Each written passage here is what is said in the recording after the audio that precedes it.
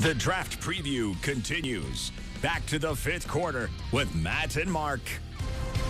All right, welcome back. Yeah, we're roaring to the finish line here, along with Michael Cohen of The Athletic and Bill Huber of the Packer Report. We've covered the defensive side of the ball. How about the offensive side of the ball heading into this weekend's draft? Brian, can we read anything into having Missouri quarterback Drew Lock come to Green Bay for that pre-draft visit? The whole succession plan thing, I think, is a little bit, overhyped or whatever. I think we value that position extremely highly, and I think, every year we spend a lot of time on the quarterbacks and trying to, figure out if, what kind of players those guys are going to be in the NFL, and that's really, really important to us. Because if you don't have one, it's really tough to win in this league. So for us, it's just about each and every year trying to decide which are the guys that could potentially be starters in this league and difference maker type players. And then if you have the opportunities to take them sometime in the draft, and that's the best thing for your team, I don't think you can hesitate with that. We're lucky to have the best player in the NFL playing that position right now. But at the same time, just like I was talking before, your needs can change just like that. So I think it was just doing due diligence. There's always questions specifically with those guys maybe that are a little more thorough, more in-depth that you got to get to the bottom of. And so we were trying to do that. Yeah, it could change. Broken collarbone here, broken tibia and MCL sprain there, and they have learned that they value the position. Brett Hundley, Deshaun Kaiser, Tim Boyle, not a lot of value there. Not a lot of value there. Easy. One of those guys is tremendous, and his name's Tim Boyle. So, no, tremendous? Hashtag laser show. No, I agree with you. I just think that when you look at that backup quarterback position, you can go one of two routes. You can try and develop a guy, or you can pay somebody a little more than you want to, but it's somebody that can get you through a couple games. And I just go that route. Even in 05, okay, with Favre at 35, the whole thing, he had been talking retirement through 4 and 5, and they got Rodgers, dropping all the way to 24. Rodgers is signed till when, folks? 22? And it's going to be 23? expensive if they even think about trading him 1 or 2 or 3 years down the road if they draft a quarterback, comes in to sit for 3 years as Aaron did. I think it might be time to think about the succession plan maybe another year, maybe even next year, when I think there are a lot better quarterbacks coming out than this class. I think it's probably next year. I mean, I don't know. I guess this 2-year window, I think, is really important for the Packers in that you spent all this money on free agents, and of their 4 contracts, they're all exponentially more expensive in year 3 and 4 than they are in year 1 and 2. So I think you basically have this year and next year to get to as good as you're going to get in this little mini sliver of time. And so I just don't know if wasting a high pick on a quarterback makes a lot of sense right now if you can have a guy that can help you get closer in a short time frame. Yep. Total agreement there. I mean, if Rodgers serves out this contract, Drew Lock will be entering year 5. I mean, he had a second contract without taking a snap. Yeah, not lately, but yeah, I know Gutekunst mentioned subterfuge today, which it's like, sure, but is anybody in the league buying this?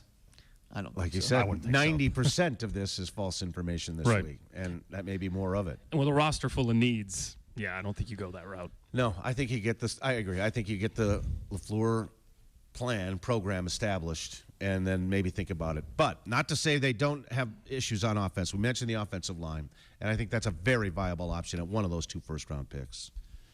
Yeah, to me, again, what the hell do I know? But I think you need to get a guy who can play guard this year, and then when Balaga's gone, when they don't re-sign him after this year, then he's your right tackle. That's how I would do it, and there's a lot of those guys. To me, that the draft really fits the needs here. Yeah, so you get 30 of these visits to bring guys in, and they spent 5 of them on some of the top offensive tackles. And so like we were saying during the break, can you really bring in 1/6 of your resources for a position that you don't intend to take seriously on draft day? I don't think so. So I believe that offensive tackle is absolutely something they'll take seriously at 12 or 30, depending on how the board falls. What do you think of wide receivers there, Z? Well, I don't know. I've 3 always kids, 2 of them look like they could be something, one maybe not so. It's definitely a position that you don't really know outside of Devontae Adams, right? I mean, you do have big, fast guys can stretch the field, but I don't know. Are they going to get the trust factor? That's always the thing, right? Do they have that trust factor? And I'm always interested in the draft, especially in the first round, to see if there's like a shock pick like one you never saw coming. And the hot name seems to be that receiver out of Ole Miss, Metcalf. Yeah. That's, if the Packers are going to shock anybody, this is the guy. Big, speed, versatile, combine superstar. Certainly better than his teammate who had that gruesome knee injury, right? Yeah. A.J. Brown blew out that Do you knee. see anything like that happening in the first round, like one of those shockers that no one saw coming? The receiver position to me is really interesting because there seems to be a pretty big divide between what Rodgers and LaFleur think of the slot position and what Gutekunst thinks of the slot position. Yeah. Gutekunst seems to downplay the idea that you need a smaller, fidgety, gadgety type guy, a la Randall Cobb. And Rodgers and LaFleur hasn't said it, but if you go back and look at the players they drafted, the Jamison Crowders, they spent big money on Pierre Garçon in San Francisco. They have a very specific body type, and it's not anything that they have in Green Cobb. Bay. It's not Trevor Davis. And Yeah. Rodgers went to bat for Cobb twice. He wants that kind of guy too. And so I just look at this draft, and again, Bill would know this even better than me, but there are a lot of really interesting slot guys, whether they're Randall Cobb types or bigger types that can play in the slot. And I would be tempted by some of them, whether it's Hollywood Brown or, N'Keal Harry would be the opposite side of that. You got your big and your small. I just, Deebo Samuel, I mean, there's so many guys. Yeah, there's something for everybody. Adams, you asked him the Adams question about him playing the slot, and he's all on board. But you can't put him in the slot. I mean, you can. But you wouldn't want to, right? I got to think that it's makes Allison, no sense. right? That's the one I think that they believe could play there. Yeah, I mean, they all played it. To me, there's A.J. Brown from Mississippi or Ole Miss. Ole Miss, yeah. yep. Ole Miss, yeah. He caught like a gazillion passes last year. Most of them were from the slot. And he's 6'1". And Right. I go to the Rams with Woods. McVay. Jeez Louise. Yeah. Cooper Kupp is their slot guy. Right, 6'2", 6'3". 6'2", or whatever his height is. They don't seem to have the Randall Cobb skill set either. So, but there is something for everybody in this draft class. So whether it's short, whether Yeah, it's we kind of fast, got into. whether We're it's kind of tall. getting lulled into this Cole Beasley, Randall Cobb. No. That's your slot type receiver. Julian Edelman, yeah, sure. Edelman, same Yeah. kind of thing. And Now, I'm a believer in that personally. I'm not saying you have to have it. Obviously, there are other guys, but I just think that if you have the same size receiver and you line them up all across the field, I just think that leads to a little more stagnation than if you have different guys that can be used differently. I think if you have a body type that is different and makes you think outside the box, it makes you think outside the box. And position versatility. Can you line up in the slot? Can you go outside? Do you have multiple, aspects And to I your think game? there will be a lot more movement with this offense.